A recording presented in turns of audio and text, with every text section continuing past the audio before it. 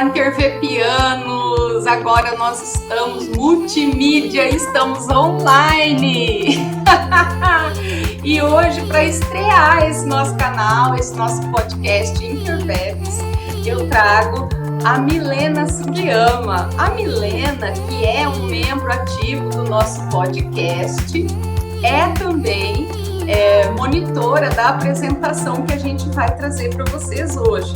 Se você não conhece o Interveps, por favor, siga as nossas redes sociais. Nós estamos em todas as redes. Tem Interveps no Facebook, no Instagram, tem Interveps no YouTube. E as nossas reuniões de grupo de pesquisa, elas são gravadas. E depois temos o nosso podcast, que está em todos os reprodutores, né? O Spotify, Deezer. E depois nós temos o podcast também em vídeo agora, que o Interveps é isso, né? É uma família multimídia. E hoje eu trago a nossa apresentadora, né? Hoje o bate-papo vai ser com a Milena Sugiyama, que é graduanda em Direito na Universidade Estadual do Norte do Paraná, nossa querida UEMP. Ela é uma intervepiana, né? Ela é do nosso grupo de pesquisa, Intervenção do Estado na Vida das Pessoas. Esse grupo é mantido pela UEMP, ele tem a liderança do professor doutor Renato Bernardi, a vice-liderança do Turati, do nosso querido Turati, hoje o uso fitness mais famoso do Jacarezinho, Marília e adjacências, né? E também a Milena, ela pesquisa Direito e Literatura e ela também é estagiária do Tribunal de Justiça do Estado do Paraná. Então, o nosso bate-papo hoje vai ser muito, muito interessante, porque ele vai tratar, né, das questões relacionadas ao estupro e também levando em consideração a expressão artística que a Milena escolheu, que é um livro que chama O Peso do Pássaro Morto, da Aline Bey. Então, seria o nosso mote hoje da gravação. Seja muito bem-vinda, Aline. Obrigada, Elo. Estou muito feliz de poder estrear o podcast do Interveps nessa nova plataforma, nesse primeiro episódio. Também acredito que vai ser um encontro muito interessante, porque a gente vai tratar de um tema bem delicado, que é o delito de estupro e as políticas públicas do Estado para a superação do trauma, mas também a gente vai fazer isso de uma forma bem crítica e profunda através da literatura, da obra do Peso do Pássaro Morto. Então, estou muito empolgada para a gente falar um pouquinho sobre direito e literatura hoje. Bom, e aí eu vou sempre fazer algumas provocações, né? E hoje a pergunta é essa, né? O que a gente entende como estupro na lei e na literatura? Com a palavra a nossa monitora especialista. Então, Elo, não sei aqui se todo mundo que está assistindo a gente, os ouvintes, são do mundo do direito, atuam no direito, mas eu, como estudante de direito, abordar o delito de estupro, além da lei, é uma coisa que eu acredito que contribui muito para o nosso conhecimento, né, para a nossa visão de mundo também. Porque o delito de estupro na lei, no Código Penal, ele está previsto no artigo 213. E, para quem é um operador do direito, seja um estudante, um graduando, nós sabemos que no artigo 213, o tipo penal, ele está previsto como constranger alguém, mediante violência ou grave ameaça, a ter conjunção carnal, ou a praticar ou permitir que com ele se pratique outro ato libidinoso. O que, talvez, para quem já é da área jurídica, não seja muita surpresa trazer, assim, a letra seca da lei do Código Penal. E é por isso que o Interveps, eu digo que ele é muito único e diferente de todos os grupos, assim, de pesquisa que eu vejo, assim, que são próximos de mim, porque esse ano, né, em todas as reuniões, a gente está relacionando o tema do direito com uma obra literária, seja artística, seja um filme, uma série. No caso da minha reunião, que eu fui monitora, é a literatura, é essa obra da Aline Bay, esse romance. E essa interdisciplinariedade, ela é importante para a gente enxergar além do que o dispositivo legal traz para a gente. Então, nessa obra, a autora, ela vai narrar várias coisas. Ela vai começar lá narrando a sua infância. Então, a gente vê que a obra ela é dividida em vários capítulos e cada capítulo ela tem uma idade. E ela começa lá aos 8 anos de idade. Então, ela fala da rotina dela, da escola, o que ela tá fazendo. Só que, infelizmente, durante a vida da personagem, a gente chega em um capítulo em que o que é narrado? É narrado uma cena de estupro. E quem leu a obra ou quem ainda não leu ou está lendo, acredito que já tenha percebido o estilo de narrativa da autora, que é um estilo bem peculiar, né? Bem contemporâneo, assim, da literatura brasileira. E ela narra o delito de estupro de uma forma tão profunda e, ao mesmo tempo, tão forte. E sem muitas palavras, sem frases longas, né? Mas, ao mesmo tempo, com poucas palavras, a autora ela consegue fazer com que a gente se sinta, assim, atingido, né? Então, é uma leitura, assim, não é um livro longo, né? Você consegue ler ele, digamos assim, em uma sentada, praticamente. Mas, ao mesmo tempo, ele traz um conteúdo muito denso. Então, é importante que a gente veja o que é o estupro também na literatura, na visão de uma personagem, para melhor entender como que acontece isso na prática hoje em dia. Então, eu também fiquei muito tocada com a obra que você escolheu, porque a obra ela traz ali umas particularidades que você não consegue muitas vezes. É um livro para você ler rapidinho, né? Só que esse rapidinho que o livro aparentemente convida, né, para essa leitura rapidinha, você vai percebendo nuances que você tem que reler essa obra. E cada vez que você relê essa obra, você descobre alguma coisa, um caquinho, né, um easter egg ali que a autora deixa para o leitor. Então, eu amei a obra. Eu desidratei de tanto chorar, né, sem querer dar spoiler aí para quem está nos assistindo, né, Milena, não mais ouvindo, mas assistindo. Eu achei que a obra que você escolheu teve essa particularidade de deixar a gente desidratado de tanto chorar e querer ler de novo e descobrir naquelas entrelinhas, nas decisões editoriais que ela tomou nessas decisões editoriais que ela tomou para narrar, né, o ocorrido. Então, o livro parece que é um mar de descobertas, né? E cada vez que você dá um passinho, que você lê o livro, você descobre ali outra coisa, e outra coisa, e outra coisa. Então, a obra, aparentemente, é uma obra simples, singela, mas quanto mais você lê, você descobre o quanto ela é complexa, o quanto ela é densa, e o quanto ela é rica, né? E a sensação é essa mesmo, de provocar emoções e sensações que só do universo feminino e das violências que são praticadas, né, todos os dias contra as mulheres, mas também ela toca muito fundo, né, naqueles medos que habitam a consciência do feminino universal mesmo, né? É um risco que a gente vem correndo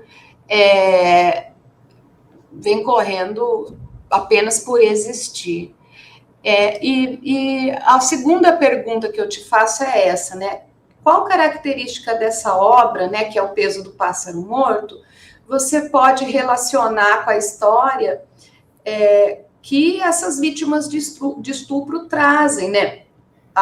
O EMP, a Universidade Estadual do Norte do Paraná, ela tem um programa, né? Tem um grupo ali, tem um programa, uma política da universidade de atendimento à mulher vítima de estupro, né? que é ali oferecida pelo NUMAP, pelo Núcleo Maria da Penha. Então, a gente sabe que as alunas da universidade, né, que formam esse coletivo, e também tem um coletivo feminista que atua muito de perto também na violência feminina, né? Então, nós temos ali, dentro do ambiente universitário, alguns polos de atendimento à mulher vítima de violência. E agora, então, essa escolha dessa obra literária, ela vem muito a calhar, porque faz parte do universo da UEMP tratar desse assunto de perto com a sociedade, né? Então, a universidade, ela vai muito além daquilo que se pensa, né, daquilo que é a aula, a prática acadêmica. A universidade, ela oferece uma troca com a sociedade, ainda mais uma faculdade de direito, porque ela tem atendimento jurídico, né, tem acolhimento em casos de violência contra a mulher e tantos outros serviços assim que a universidade pública, especialmente, né, daquilo que a gente conhece, que é a UEMP, ela traz e beneficia todo o entorno, né, do lugar físico ali, da Universidade de Direito, que vem devolver e acolher, devolver para a sociedade o investimento, né, e também acolher essas mulheres que são vítimas diariamente de violência. Então, como eu sei que você, como uma graduanda da universidade, se relaciona no ambiente universitário também com essas questões, e também como estagiária, né, do TJ, você também vivencia isso na prática, eu queria que você respondesse essa questão. Onde na obra, qual característica dessa obra você traz e relaciona com a vivência dessas mulheres vítimas de estupro e por quê? Mas olha, cuidado com spoiler, hein? Os nossos leitores, nós não queremos perder a audiência, a gente quer que eles também possam degustar o livro como ele merece. Então, Elo, uma característica presente tanto na obra quanto em muitos casos de vítimas de violência doméstica, uma violência sexual, um estupro, a gente podia dizer assim que seria o silenciamento. Então, as autoras da literatura Toffarini e Amaral, por exemplo, elas observam essa busca pelo silêncio como uma característica comum nos escritores contemporâneos, como a Aline, por exemplo, né? E o que é esse silêncio? Esse silêncio seria, então, uma narrativa contada em poucas palavras, como eu disse no início, mas ela nos atinge em cheio, né? Elas nos causam comoção. Então, durante o decorrer da leitura, a gente percebe que há algumas características peculiares no livro. Então, por exemplo, há páginas em branco, a obra, né, ela é contada em versos. Os versos, eles são espalhados pelas páginas. Então, às vezes tem um espaço entre as frases. Então, às vezes você está lendo uma frase aqui, você dá uma pausa e a outra frase está lá no final da página. E por que isso acontece? É porque realmente é só um espaço, uma página em branca? Claro que não, né? Na literatura, tudo tem um porquê. E aqui não seria diferente na obra da Aline. Então, esse silêncio, esses espaços que fazem com que a gente dê pausas na nossa narrativa, pelo menos comigo, enquanto eu li, eu vi que eu dava uma pausa, eu respirava, e aí eu partia para o que a narrativa tinha que me dizer um pouco a mais. Aí eu ia absorvendo um pouquinho, de pouquinho em pouquinho, as informações que ela me trazia. E a gente vê na obra que a gente pode perceber dois tipos de silêncio. Então, a gente vê um certo silêncio imposto, que seria uma forma de dominação que ela cala, que tem como objetivo calar o sujeito. E o estupro que a personagem sofreu, no caso do livro, que ela foi estuprada pelo namorado, enfim, depois dela ter saído com amigos e se divertido, e ele entendeu isso errado, e aí ela foi a vítima desse delito. foi um silêncio imposto a ela. Então ela não teve reação e apenas foi a vítima, e aquilo marcou o resto da vida dela. E a gente também tem o que a gente chama na literatura de silêncio proposto, né? A autora New Orlando, ela fala sobre isso também, que seria uma forma de resistência, uma forma de defesa, uma forma de proteção da vítima, no caso ali, que é a partir do momento que a vítima ela não denuncia a violência que ela sofreu. E a gente vê na prática, igual a Elo citou, né? A gente tem aqui na Universidade da UEMP, no MAP, que atende mulheres vítimas de violências, e a gente vê que os casos são muitos, e mesmo assim, há aqueles casos em que a vítima sequer consegue denunciar, né? Porque é uma violação de direito, assim, muito, muito profunda, né? Ela pode vir de agressores que são próximos da vítima, que são parentes, igual no caso do livro, era namorado, pode ser um pai, pode ser o padrasto, pode ser um amigo íntimo da família. Então, aquilo não é tão fácil assim de denunciar. Não é porque a gente foi vítima de um crime que a primeira coisa que a gente vai fazer depois é ir lá e fazer um BO, denunciar isso, né? Relatar o que aconteceu com você.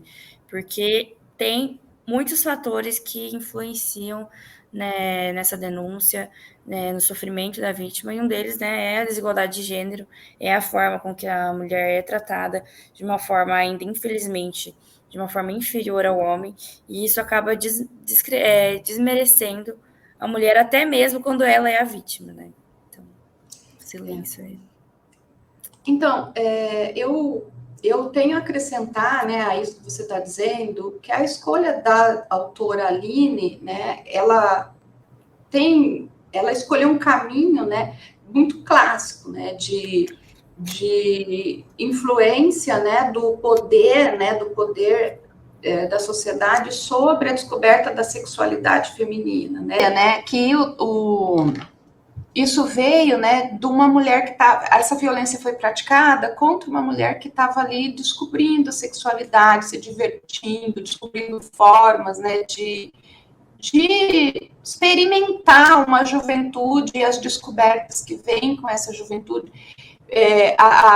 Os primeiros capítulos, eles narram uma infância de uma menina questionadora, né, enfim, vem esse ato abrupto, violento, interrompe essa descoberta, esse desabrochar, né?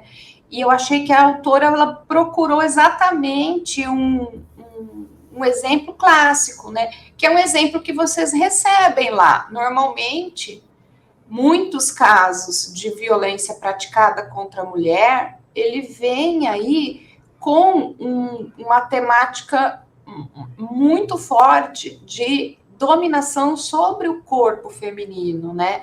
De dominação sobre a experiência da sexualidade feminina, de interdição mesmo daquele corpo, de dominação. Esse corpo pertence a mim, esse corpo não pertence a você. Você não tem nenhuma ingerência sobre o seu próprio corpo, a sua experiência, a sua sexualidade. Então, me parece que a autora buscou, nesse ponto, relatar uma vivência que é muito comum nesses casos, né? E, inclusive, nesses casos que a UEMP recebe lá no MAP, né? Então, por isso, eu achei que você foi muito feliz na escolha da literatura tema, né? E por que nós escolhemos uma literatura? Esse ano foi escolhida uma literatura para fazer as apresentações do Interveps, porque esse foi o primeiro ano que a gente conseguiu fazer o DIRSIM presencialmente depois da pandemia, porque o DIRSIM é o encontro que o Interveps brilha, né? Que é o congresso, né, o evento que toma conta de toda a universidade, com oficinas, com palestras, com experiências, que é o Direito Cinema. Então, esse ano o Interveps se ligou no DIRSIM, trouxe experiências artísticas, as apresentações estão superando as expectativas, uma apresentação melhor do que a outra, os temas abordados foram incríveis, né? E eu achei que foi uma lógica e uma metodologia excepcional para a compreensão das temáticas abordadas no âmbito do Interveps, né? E te pergunto, para os nossos ouvintes, né, para os nossos espectadores que ainda não têm muito acesso e conhecimento aos processos de violência praticada contra as mulheres, né, a questão da revitimização, né, o que é a revitimização e como ela vem influenciar para o fato de que as vítimas do estupro, elas têm muito medo de denunciar o crime, ou elas não denunciam o crime. O que você tem, assim, a dizer sobre essa questão? Segundo, para a gente pensar nesse assunto, segundo a autora Soraya da Rosa Mendes, ela diz que a gente tem que considerar os aspectos sociais que reproduzem na nossa sociedade as desigualdades de gênero. Então, e especialmente o que a gente está falando aqui, dessa questão da dominação, né? Dessa questão da exploração do homem sobre a mulher e sobre o corpo dela. E o que seria, então, esse termo da revitimização? Significaria uma vitimização secundária, ou seja, além da vitimização primária, que a vítima sofreu lá quando a gente a violentou de alguma forma, com alguma conduta, essa revitimização ela acontece dentro das próprias instituições do sistema judiciário, das instituições que, em tese, seriam encarregadas de fazer justiça. Então, a gente vê um profundo sofrimento das vítimas que é causado dentro dessas próprias instituições, ou seja, as instituições que prestam atendimento e atuam ali na persecução da ação penal, né, enfim, que estariam, na verdade, encarregadas de fazer com que aquela vítima se sentisse protegida ou tivesse seus direitos garantidos, faz com que a vítima não tenha cara de vítima, entre aspas, que ela tenha dado causa, como se a mulher ela desse causa a um delito de estupro, por exemplo, né? Então, questões como julgar a roupa, o vestimento que uma mulher estava usando quando ela foi vítima de estupro, por exemplo, usar artifícios como o que ela gosta de fazer, ou como ela gosta de se divertir. Então, isso acaba colocando a vítima, na verdade, num lugar como se ela fosse a causadora do crime, como se ela tivesse desejado isso. E a gente sabe que isso nunca ia acontecer, que ninguém deseja ser vítima de um delito desse. Mas, devido a uma cultura, infelizmente, machista que a gente tem no nosso país, essas vítimas acabam sendo colocadas como se elas fossem culpadas, né? Acabam sendo julgadas ali onde, na verdade, elas deveriam ser protegidas. É impressionante você vê até como a imprensa narra, né? Se você verifica uma notícia que relata a ocorrência de um estupro, por exemplo, você vai na seção de comentários, você fica indignada, porque a sociedade julga essas vítimas. Ah, mas o que estava fazendo uma hora dessa? Por que foi sozinha em tal lugar? Mas, nossa, essa roupa, né? Como se esses questionamentos fossem dirigidos a um homem em igual situação. Então, parece que a sociedade, ela reproduz esse sistema de dominação sobre o corpo feminino, fomentando, né, debates que culpabilizam a vítima de estupro a todo momento, né? A todo momento. Um exemplo recente que eu vi na imprensa que embrulhou o estômago foi com relação àquela menina que foi estuprada aos 10 anos e teve o bebê, né? Foi obrigada a ter o bebê. E ela foi estuprada e está grávida de novo e foi estuprada por um segundo membro da família. E nesse caso, Os comentários que surgiram na rede social diziam o seguinte: tá bom de parar de fazer sexo, né? O outro dizia, tá bom de começar a tomar comprimido. Então eu fico pensando, né? Até que ponto uma mulher nesse sistema de dominação sobre o corpo feminino tem a possibilidade de resistir, quanto mais uma criança. Então a sociedade reforça esses discursos, né? Machistas, e esses discursos que sonegam da mulher a liberdade, né, de vivenciar o seu próprio corpo, a liberdade de escolher aquilo que interessa ao próprio corpo. Então, me parece que o debate sobre a revitimização, ele é da maior importância nesse momento, né? Existe uma exposição, Milena, que ela faz uma exposição das roupas que as vítimas de estupro trajavam. E ela é muito chocante, porque tem hábito de freira, macacãozinho, pagãozinho de bebê. Então, não é... A sociedade precisa incorporar que não se trata do comportamento, não se trata de liberdade de sexualidade, não se trata de nada disso. Se trata de dominação de um corpo, né? O estupro, ele não tem a ver com desejo sexual, ele tem a ver com poder de um corpo sobre o outro, né? É uma ação de dominância, não é uma ação para refrear comportamento X, Y, Z, porque senão nós não teríamos estupro em países em que as mulheres usam aquelas roupas, né?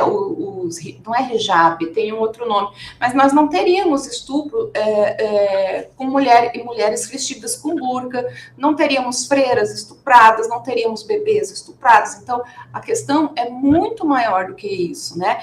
E tanto que em países assim que marcam os seus agressores sexuais, né?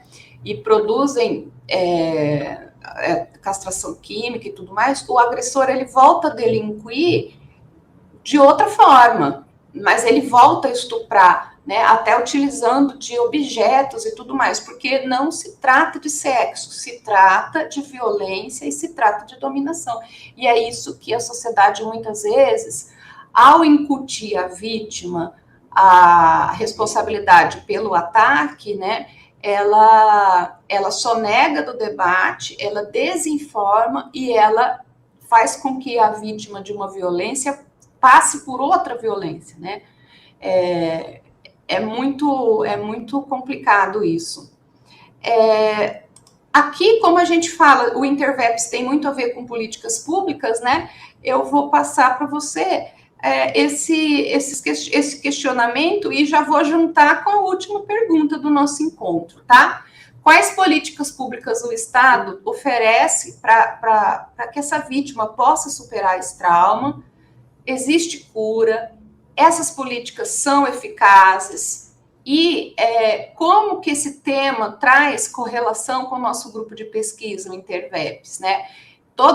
Como que isso vem a se relacionar com aquilo que está sendo produzido lá no Interveps? Com a palavra, você, minha querida. Então, Elo, o Interveps, né, a intervenção do Estado na vida das pessoas, é o que mais tem a ver, assim, com esse tema, né, porque é uma problemática existente no nosso país. Todo dia, mulheres, crianças são estupradas, e a cada minuto, na verdade, e o que o Estado ele pode fazer diante de uma problemática dessa, né, seria justamente intervir de uma forma com que ajude a vítima, com que acolha a vítima, e intervir também ajudando a superar esse trauma, além, é claro, de tratar, né, possíveis aí doenças também que podem ser sexualmente transmitíveis à vítima durante o ato, e também a questão educacional, né? Porque, igual a gente falou, não é uma questão de desejo sexual, é uma questão de dominação de um corpo sobre o outro. E como que a gente vai entender sobre essa dominação se a gente se quer estudar sobre isso? Se a gente não quer falar sobre gênero nas escolas, né? Se a gente não quer dar uma educação mais profunda do que é a realidade para a nossa sociedade, para os nossos cidadãos. Então, a gente sabe que tem políticas públicas voltadas a essas vítimas, né? Então, a gente tem delegacias especializadas de atendimento à mulher, a gente tem centros de referência que acolhem mulheres vítimas de violência, seja violência doméstica, violência sexual. Temos os núcleos de atendimento a essas mulheres, como a gente citou aqui, o NUMAP, o Núcleo Maria da Penha, né? Ele está presente em várias cidades, por exemplo, que eu mais conheço assim, porque eu sou do estado do Paraná, então a gente tem ali na UEL, a gente tem na UEMP, a gente tem na UEPG. Então, esses núcleos, eles existem porque é preciso que eles existam, porque eles precisam acolher essas mulheres, eles precisam, o NUMAP, né, além de prestar apoio jurídico, é oferecido apoio psicológico, né, psicossocial. E voltando aqui um pouquinho para o tema da literatura, para dentro da literatura, dentro da obra, não vou dar spoiler, mas tem um momento específico da obra, mais para o final, que a gente vê uma frase que ela tá assim, do nascimento e morte, além da frase, a cura não existe. Escrita como epitáfio que cobria... E aí eu vou parar de falar, porque eu não vou dar spoiler, não vou ser chata. Mas essa frase, a cura não existe, foi uma coisa que estava lá no final do livro já, estava quase terminando, achei que já tinha superado o que eu tinha sofrido com a narrativa, mas essa frase acabou comigo, porque foi forte. A cura não existe. E é uma questão para a gente refletir bastante, né? Se seria possível, porque a personagem, no caso, a gente vê que depois que ela é vítima, muda completamente a vida dela. Então, ela não conta mais os dias dela com ânimo, com alegria, com brilho, como ela contava antes. Então, a gente sabe que acaba marcando a vítima, né? Mas a gente tem que entender também que há algo depois disso, né? E depois do delito, a gente tem que denunciar, a gente tem que dar apoio a essa mulher, a essa vítima, essa criança, esse adolescente, porque a vida dela vai continuar. Só que a gente tem que entender que vai ser bem peculiar os cuidados que ela vai precisar. Então, além de atendimento, né, jurídico, a gente vai precisar de atendimento psicológico, a gente vai precisar de atendimento médico mesmo, né? Porque também tem o risco de transmitir doenças a essa vítima. Então, as políticas, elas têm que estar... As políticas públicas, elas têm que estar em todos os setores, né? No setor judiciário, no setor educacional e também no setor dos cuidados médicos e psicológicos.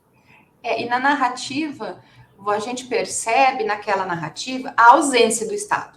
O Estado não figura em momento algum da obra, né? E eu acho que isso é uma coisa que acaba acontecendo com a maior parte dessas vítimas, né? E o Estado ausente vai trazer outras consequências. Por quê?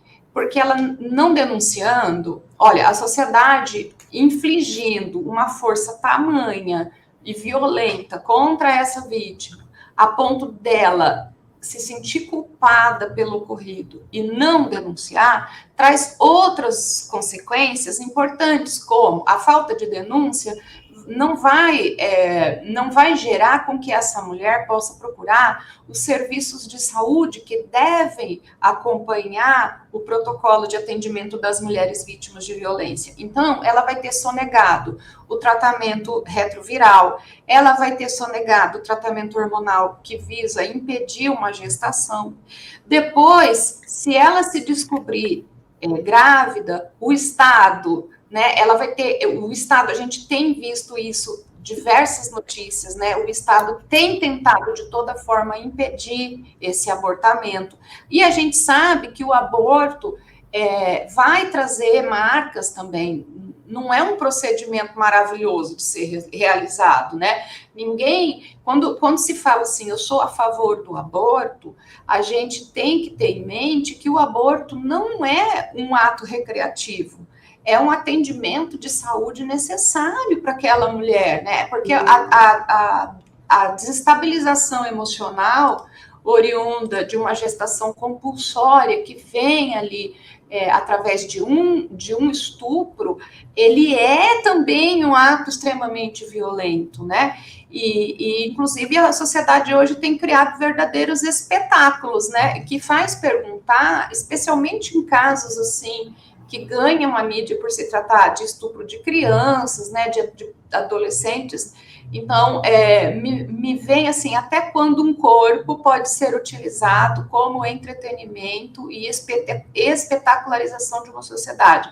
Então, nesse caso, para que isso não aconteça com a vítima, ela sai do âmbito da proteção estatal, né? Porque no meu campo, né, que é o campo do direito previdenciário, do direito da Seguridade Social, nós temos, assim, em casos de violência e de estupro, o tripé da Seguridade Social, ela entra em ação, tanto pelos protocolos de atendimento do SUS, quanto para os protocolos previdenciários, que vai estabelecer benefícios para aquelas mulheres enquanto estiverem traumatizadas, impossibilitadas de trabalhar, ou aquelas que precisam dos serviços da assistência porque estão em vulnerabilidade de grau máximo, né? Inclusive, existe a possibilidade de ação regressiva contra o agressor para ele indenizar esses protocolos que o governo teve que acionar para oferecer o tratamento para essa mulher em caso de estupro. Então, eu vejo na narrativa, né, o quanto que a sociedade contribui para fomentar uma ausência do Estado no atendimento e no protocolo de proteção a essas vítimas. Então, a gente vive um ciclo vicioso que faz com que as vítimas sejam revitimizadas, que o Estado permaneça ausente, e essa reprodução de discursos violentos vai gerando cada vez mais vítimas, né? Então, acho que essa é a importância de trazer essa discussão para o Interveps. Mostrar a importância que o debate ganhe todos os espaços na sociedade, né? Justamente para a gente ter o efeito de romper esse ciclo de violência e revitimização que gera cada vez mais vítimas, né? Então é isso.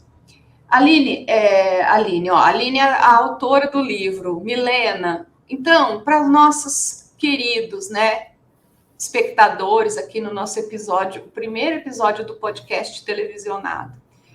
Obras jurídicas. Eu sei que tem muito estudante, muito pesquisador que nos viu e que gostaria de aprofundar nesse assunto, saber mais, pesquisar. Então, eu queria que você trouxesse a indicação de obras jurídicas para que as pessoas possam pesquisar e possam saber mais sobre esse assunto. Indicações, né? Então, aí que eu acho importante para quem quiser se aprofundar no tema, quiser conhecer um pouco mais, entender mais por que isso acontece, como acontece. Eu separei aqui algumas obras, todas de autoria feminina, propositalmente, e a primeira delas seria A Culpabilização da Vítima no Crime de Estupro, Os Estereótipos de Gênero e o Mito da Imparcialidade Jurídica, da autora Giovanna Rossi. Então, aqui ela vai explicar, né, muitos dos conceitos que a gente abordou aqui sobre essa revitimização, né, como que a mulher, além de vítima, ela é tratada como a causadora do delito. Então, muito importante entender isso.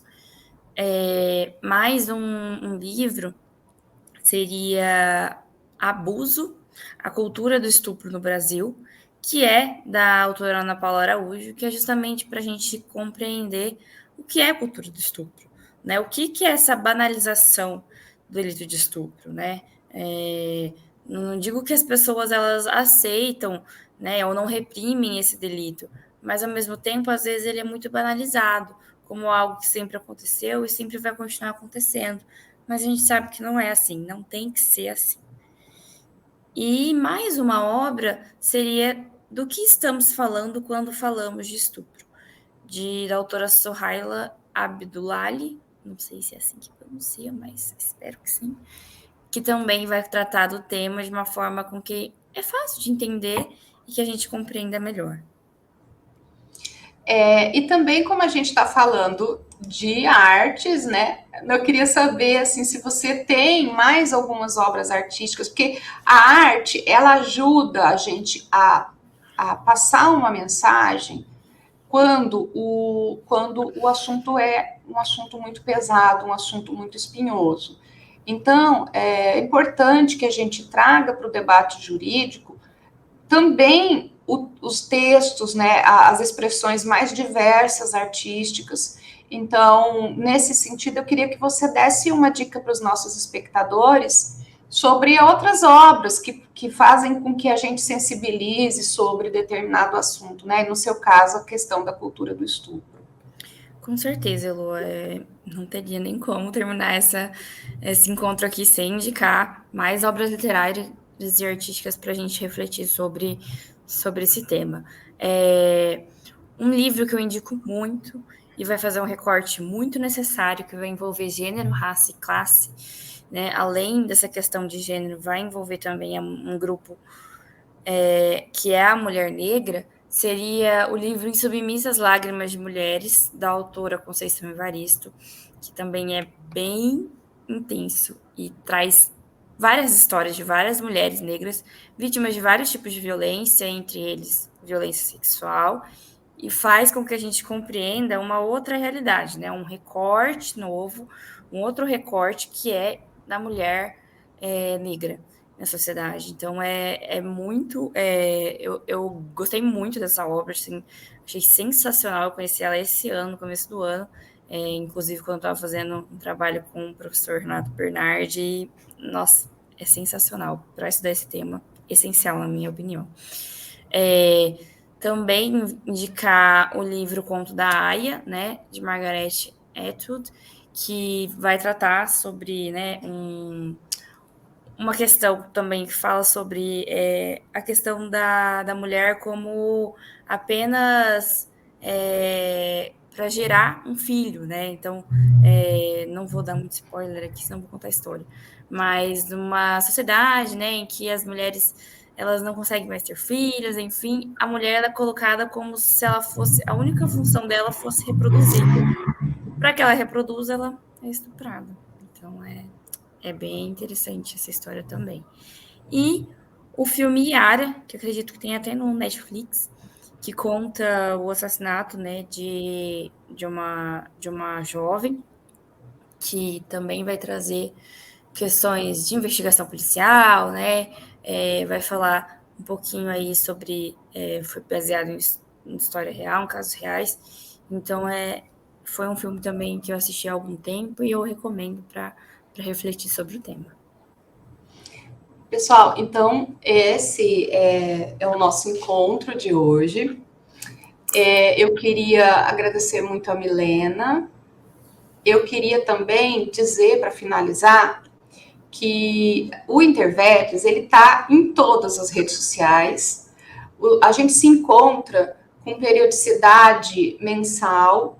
Sexta-feira próxima, né? A gente está gravando agora no dia 20 de outubro, quinta-feira. Amanhã tem encontro do Interveps e você pode participar dos nossos encontros. É só mandar um inbox, né? Uma mensagem nas nossas redes sociais. Os nossos encontros estão acontecendo virtualmente, então dá para você participar de qualquer lugar do Brasil. Os debates são da mais alta qualidade.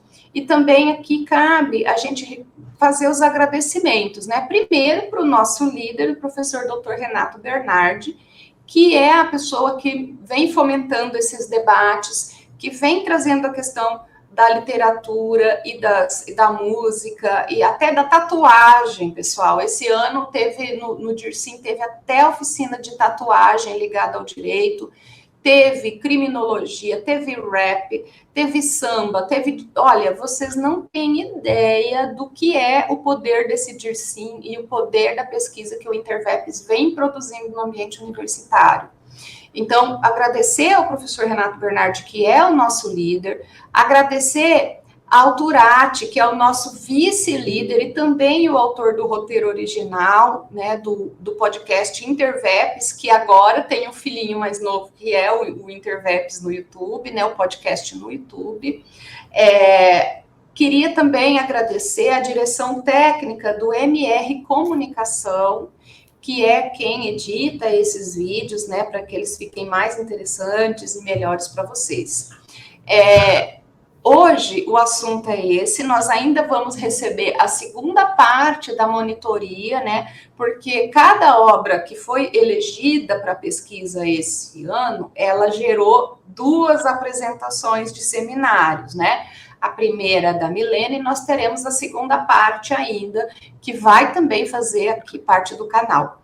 Então, se você gostou do nosso podcast, saiba que a cada mês nós teremos episódios novos e também tem muita novidade chegando. Vai ter episódio extra, né? Vai ter assunto aqui que vai render muito. Então, você que está no ambiente universitário, você que pesquisa a questão da violência contra a mulher, indique esse podcast para outras pessoas, porque, primeiro, ele pode servir de uma fonte muito legal de pesquisa e, segundo, ele pode servir de referência para muita mulher vítima de violência que quer entender melhor o que aconteceu com ela.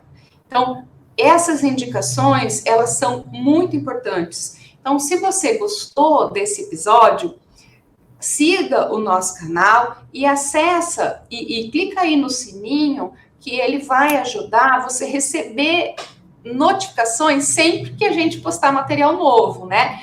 Traga aqui, por favor, comentem o que vocês acharam. Nós estamos construindo essa nova fase do podcast Interveps.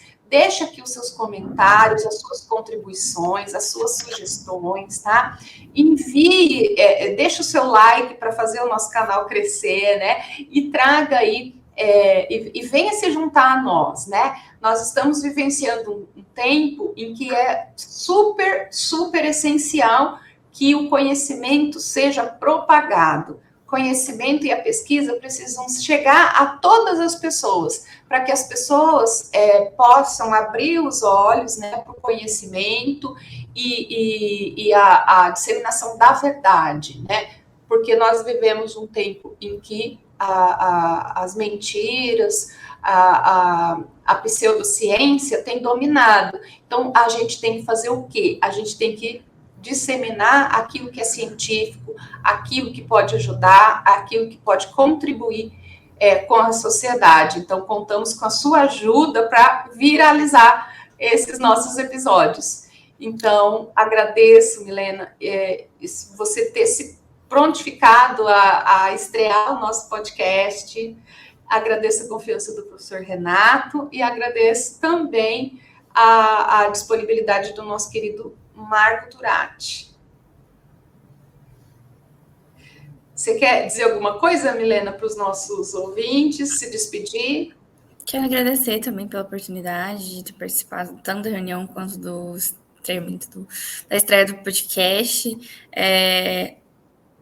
Acho que ficou bem claro, né, a intenção do Interveps, do nosso grupo, que eu tenho muito prazer em fazer parte. E ele une 2 coisas que eu gosto bastante, que é o direito e a arte, no meu caso em específico, o direito e literatura. E eu acredito que essa interdisciplinariedade, ela atrai muitos outros estudantes também, que nem eu, que gostam dessa área. Então, muito obrigada a todos que nos acompanharam. Um abraço fraterno em todo mundo. Fiquem bem, cuide dos vulneráveis. Tchau, tchau.